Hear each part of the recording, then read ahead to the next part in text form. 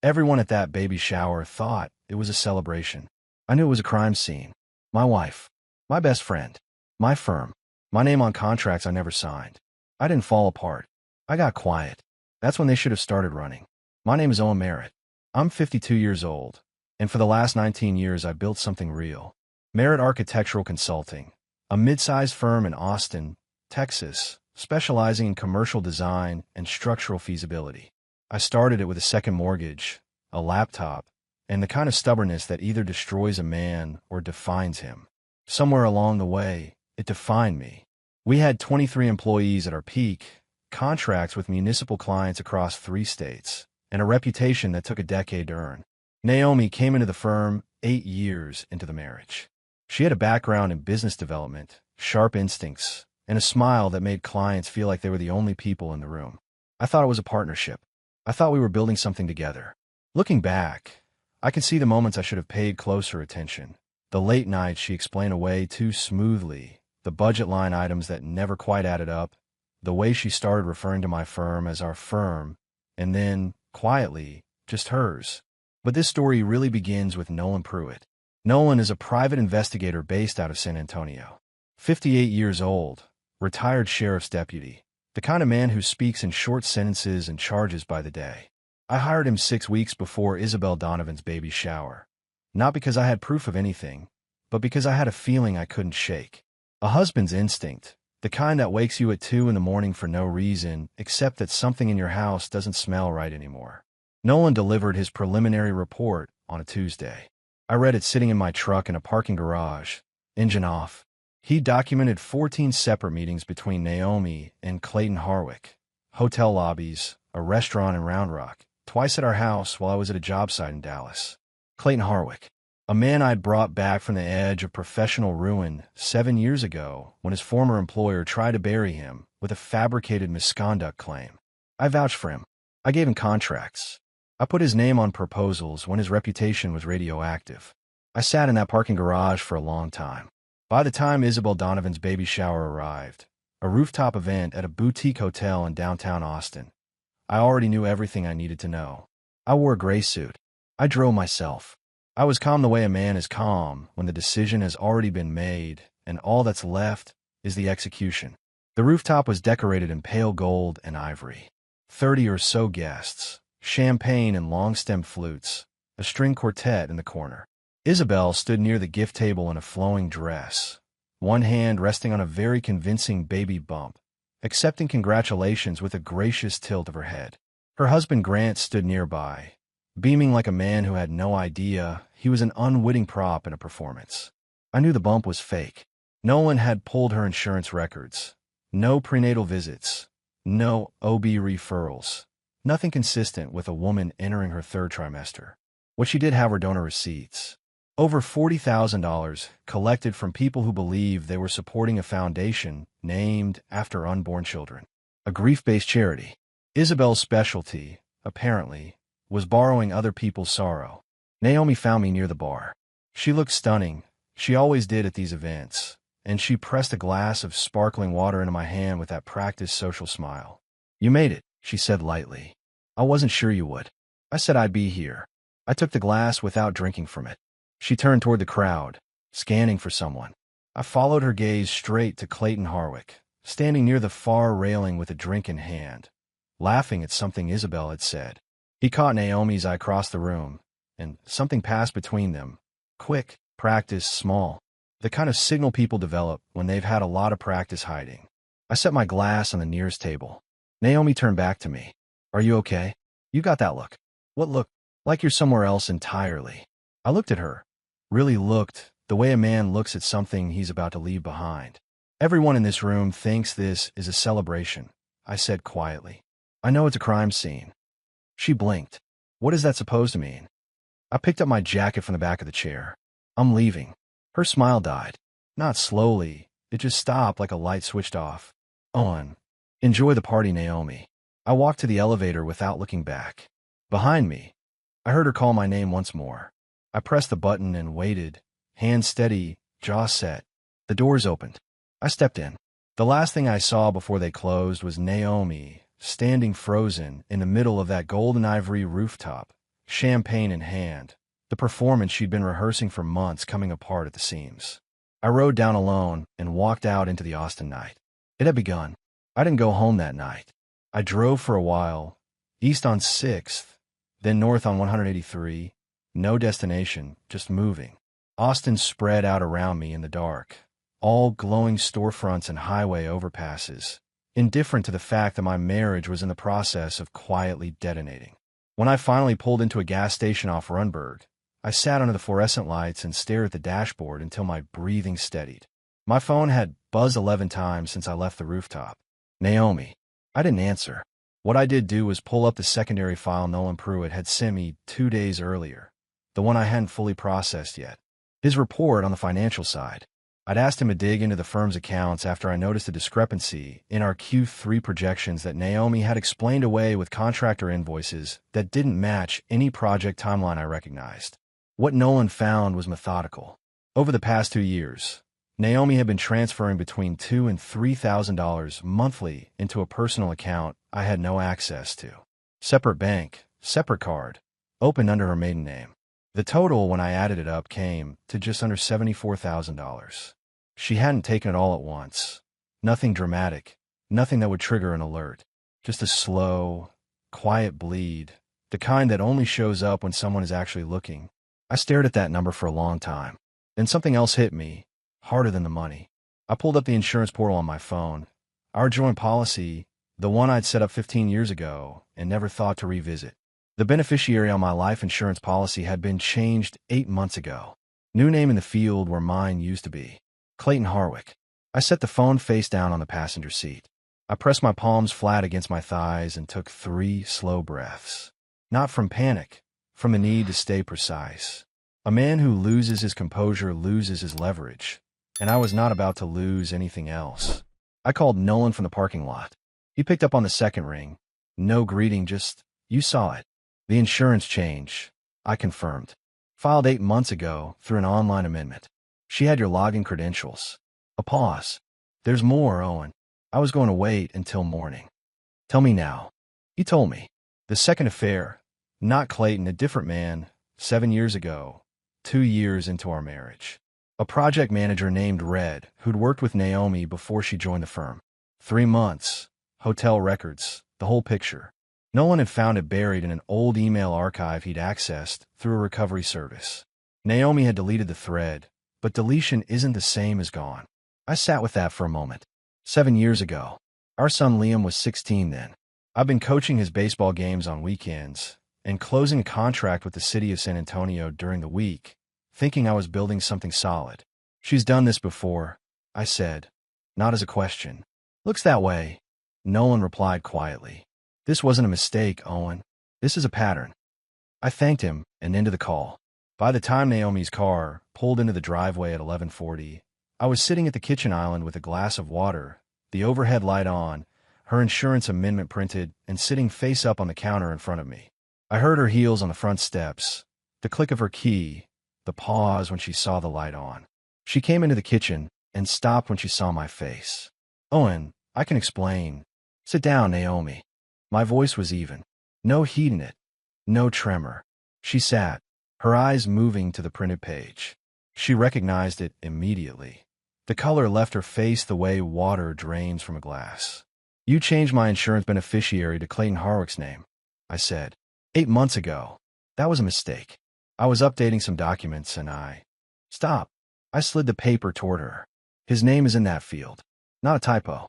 Not a clerical error. His name." Her jaw tightened. "You're reading this all wrong. Then there's the $74,000. I continued, keeping my tone measured. "The account under your maiden name, at First National. 2 years of quiet transfers." The silence that followed was total. She looked at me, and I saw it. Not guilt exactly. Calculation. She was deciding which angle to come at this from. "That money is mine," she said finally. "I earned it. You earned it at my firm, on my contracts, and you moved it without telling me. That's not a paycheck, Naomi. That's theft." She pushed back her chair and stood. "I'm not going to sit here and be interrogated in my own house." I stayed seated, perfectly still. "You're right," I said.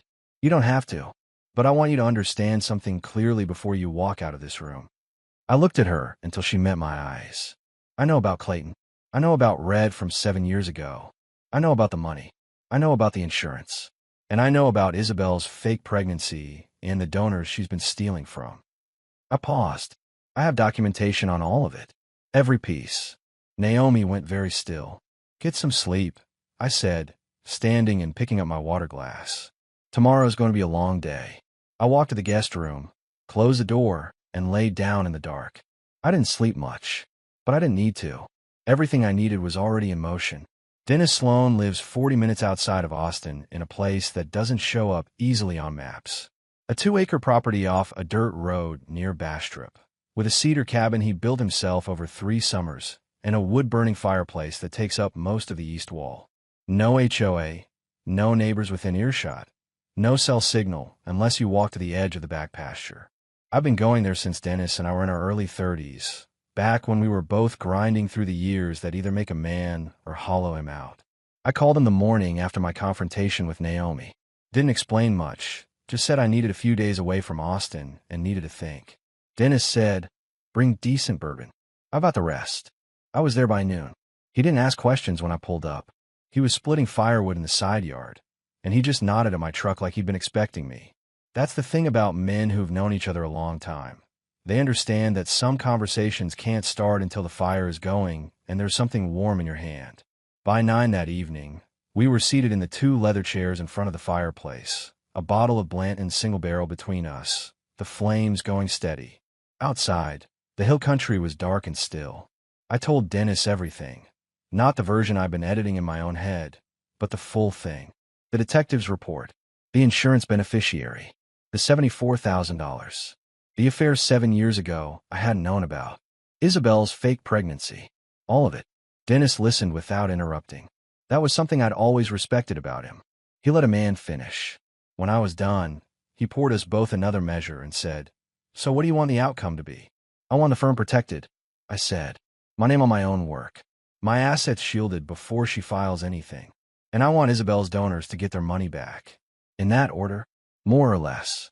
Dennis set his glass on the arm of the chair. "Then you need to move fast on the business accounts before she does. And you need to get Felicity Crane involved immediately, not eventually." He looked at me steadily. "And the insurance change.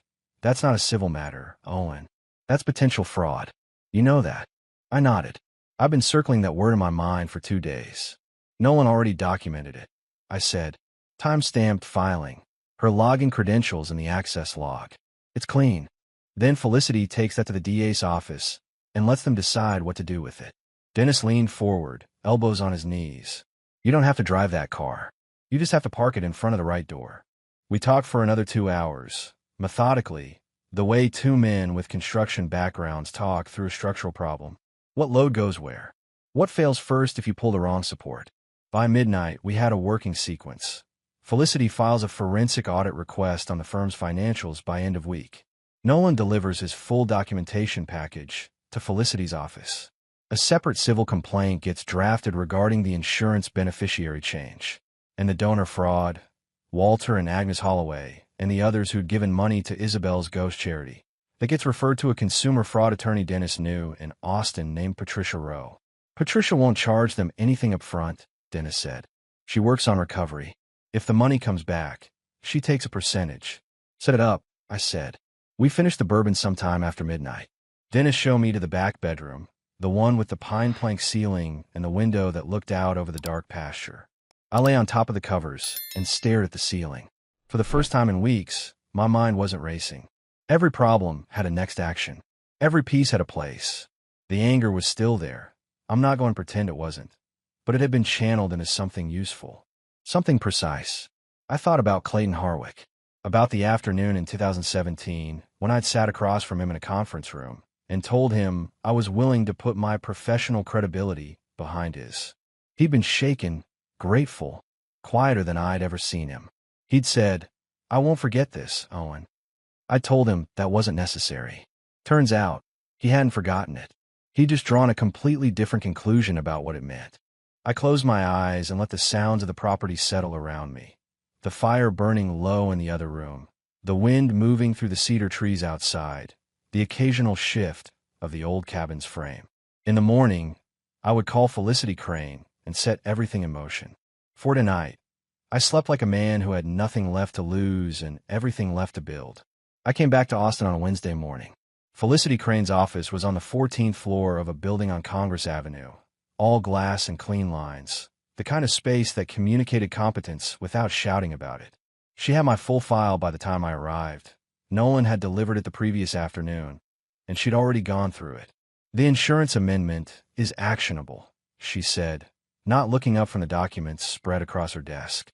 "Unauthorized use of your credentials to change a beneficiary to a third party. In Texas, that's fraud, not a gray area. I want it documented before we do anything else," I told her. "I want a paper trail that can't be disputed." Felicity looked up. She had the kind of steady gaze that made you feel like she was always 3 moves ahead. "I'll have a formal complaint drafted for the DA's office by Friday. In the meantime, I'm filing an emergency motion to freeze the joint business accounts pending forensic audit. You'll need to sign today." I signed. Walking out of that building, I felt the shift, the first concrete weight moving from one side of the scale to the other. Naomi didn't know what was already filed. She didn't know Nolan's documentation was in an attorney's hands. She was still operating on the assumption that I was wounded and reacting emotionally, that she had time to manage the situation. She didn't. That evening, my phone buzzed with a notification I hadn't expected. Liam had posted on Instagram. I don't check his social media often. He's 23. He has his own life. But something made me tap through. The post was a photo of him and Naomi at a restaurant, arms around each other, smiling.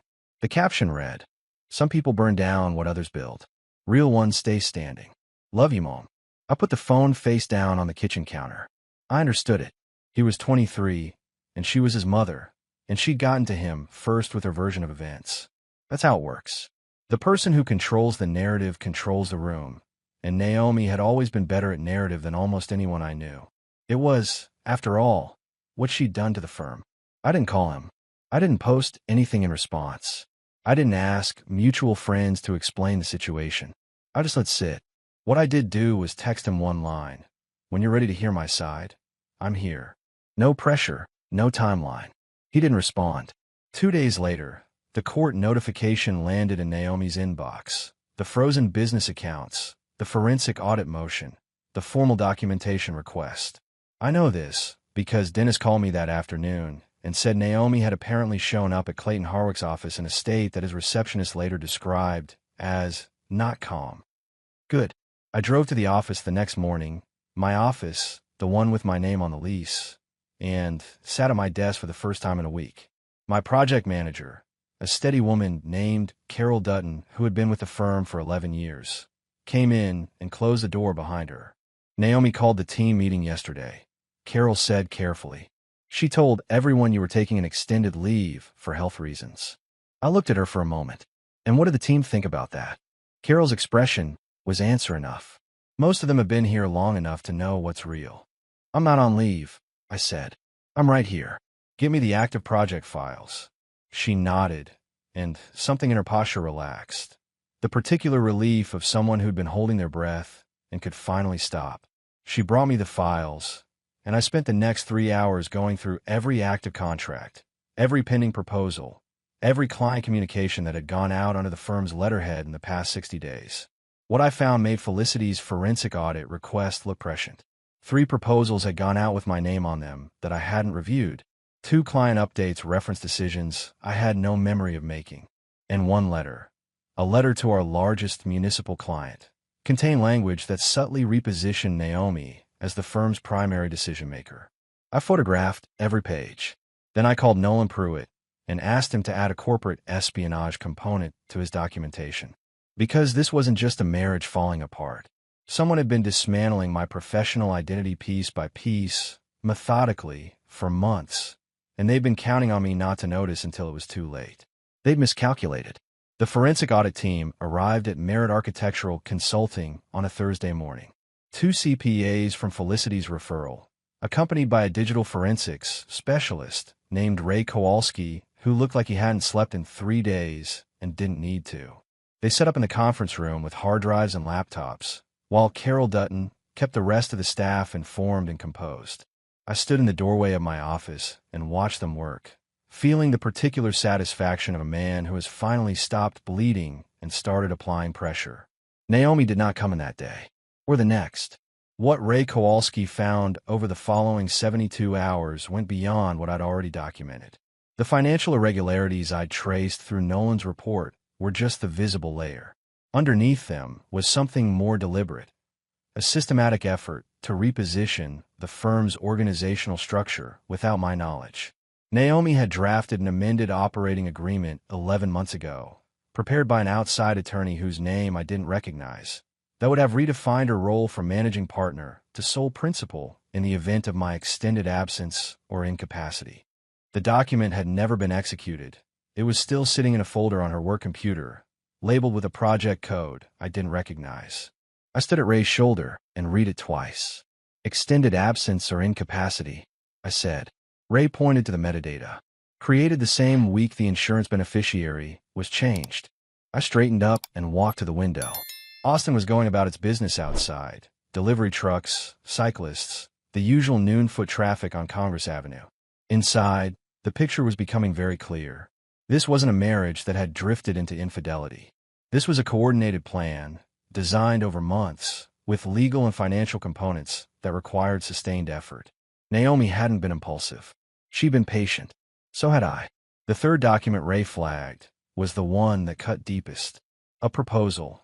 My proposal, the one I'd spent 6 weeks developing for the city of Austin's new civic infrastructure project, a $4.2 million contract that represented the biggest municipal opportunity the firm had ever pursued, had been submitted to the city 2 weeks ago under a modified cover letter. My name was still on the technical sections, but the client contact, the project lead, and the firm signatory had been changed to Naomi's name. If the contract was awarded, it would have been awarded to her, not to me. Felicity, when I called her that afternoon, was quiet for a moment after I told her. "That's IP theft and contract fraud," she said. "Added to the complaint.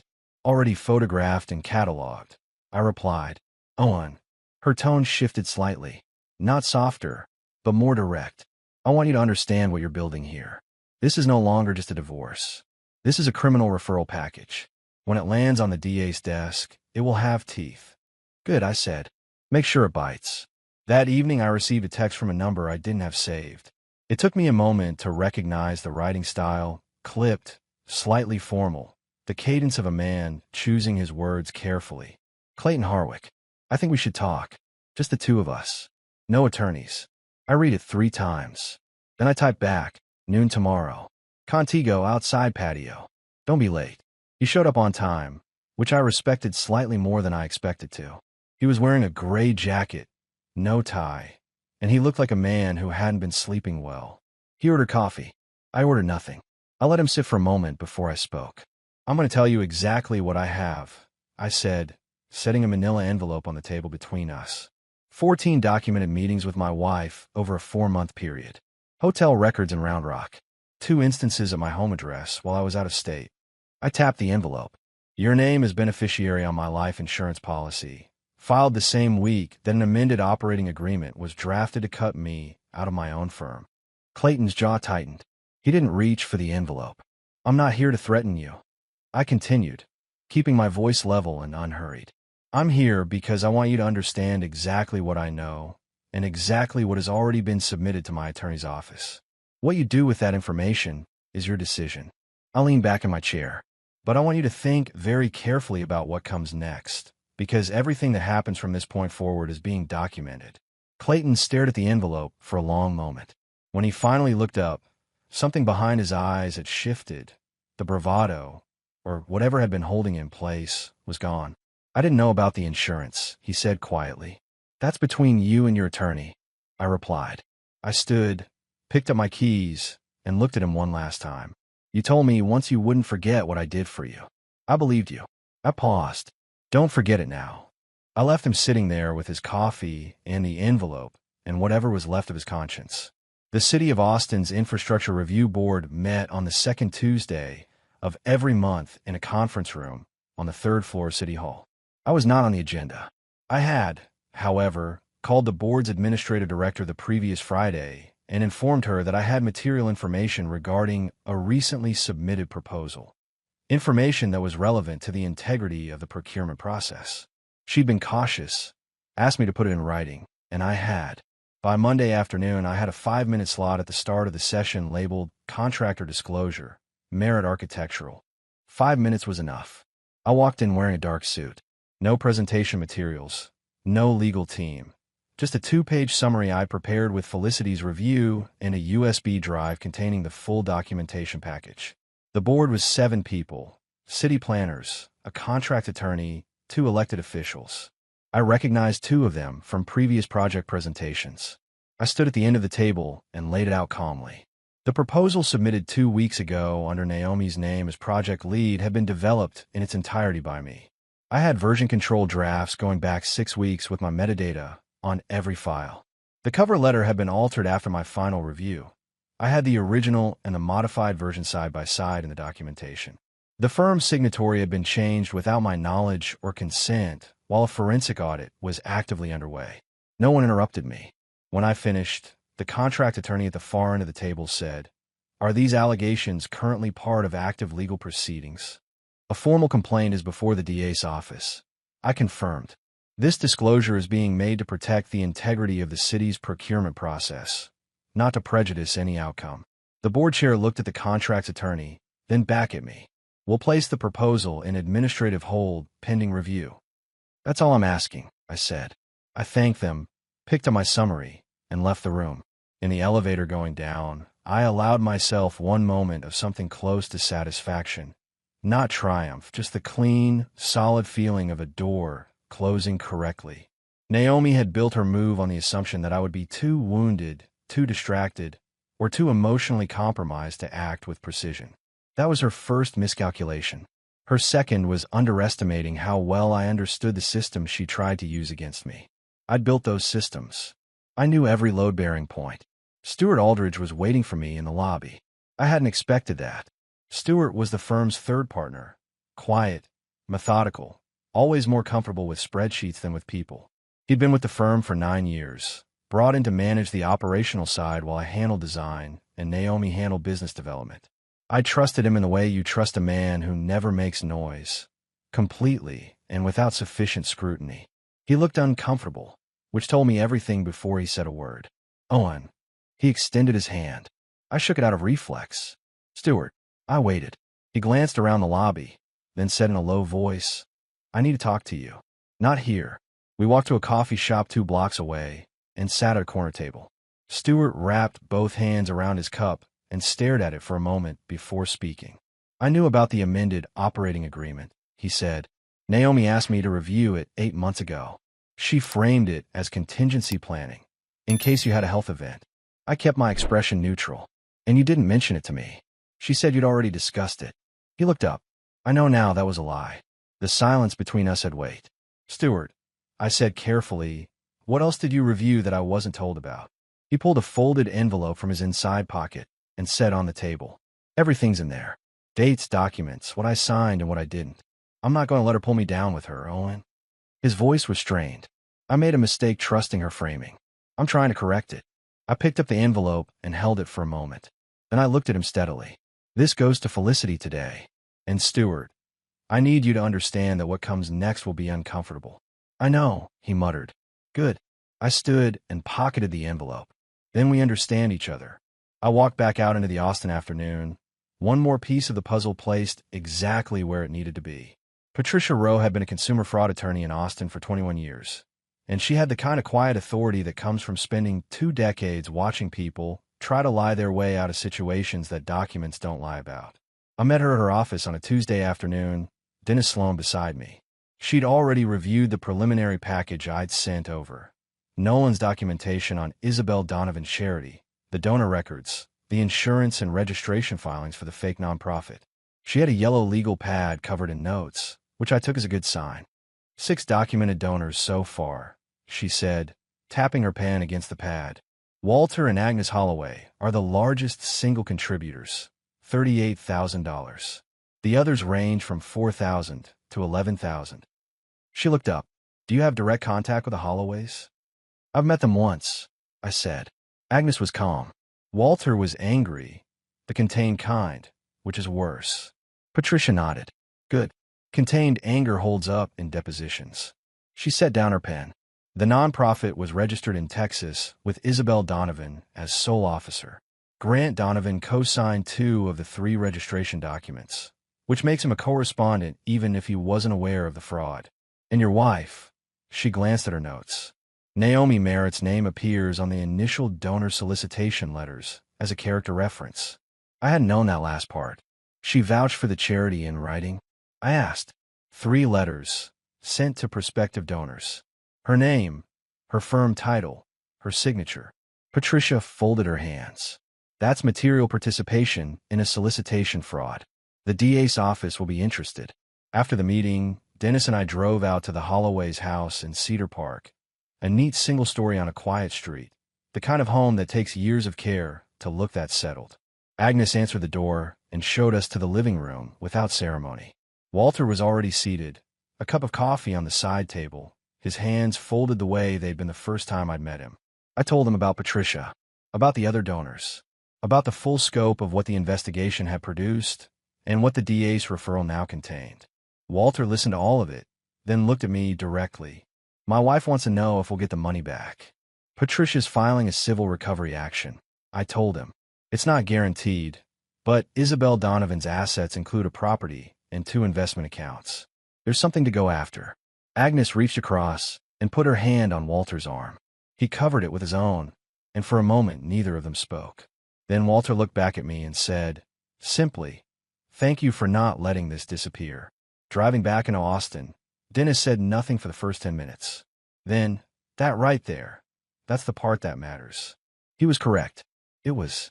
The dominoes started falling that Thursday. The DA's office contacted Felicity with a preliminary inquiry. They were reviewing the insurance fraud complaint and wanted the full documentation package within 5 business days. Felicity sent it the same afternoon. The City of Austin's procurement office sent a formal notification that the $4.2 million infrastructure proposal had been placed in indefinite administrative hold pending verification of submitting authority. 2 of the firm's long-standing clients called me directly. They'd heard rumors. They wanted to know where things stood. I called them back the same day, told them where things stood. Both stayed.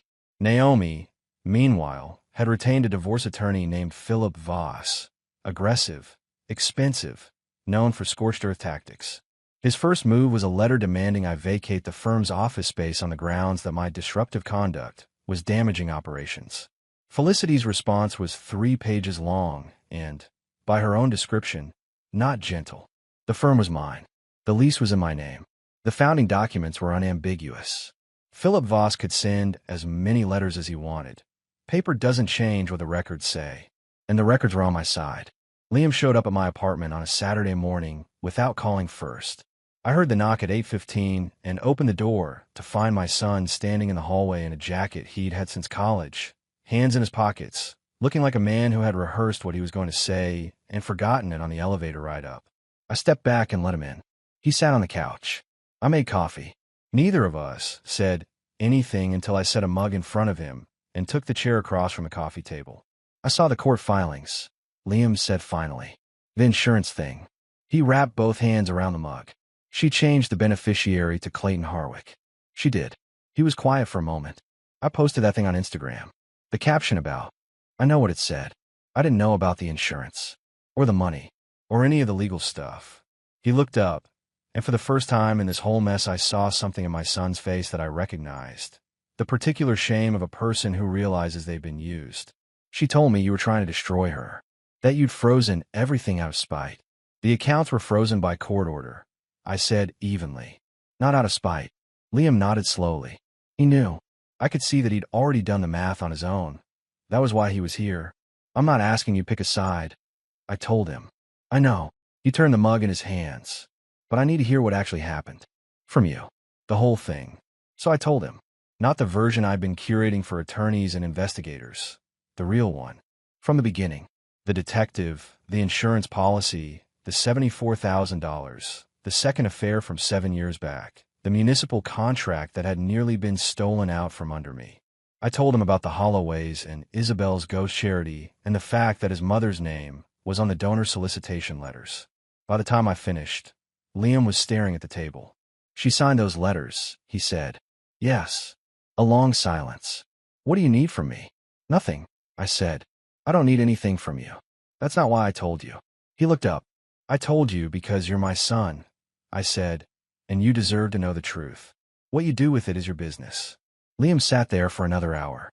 We didn't talk much more, just drank our coffee and let the morning be what it was. When he finally stood to leave, he shook my hand at the door. Not a hug, a handshake. Firm, deliberate. It wasn't forgiveness, not yet, but it was the beginning of something real. After he left, I opened my laptop and found an email from Felicity, marked urgent. The DA's office had elevated the insurance fraud complaint to an active investigation. They were issuing a formal interview request to Naomi Merritt and Clayton Harwick within a week. I read the email twice. Then I closed the laptop, poured the last of the coffee, and stood at the window watching Austin go about it Saturday. The numbers were moving in the right direction. The DA's investigation moved faster than I'd expected. Felicity called me on a Wednesday morning with the kind of measured tone she used when the news was significant, but she didn't want to color my reaction before I'd heard the facts. The DA's office had issued formal interview notices to Naomi Merritt, Clayton Harwick, and Isabel Donovan.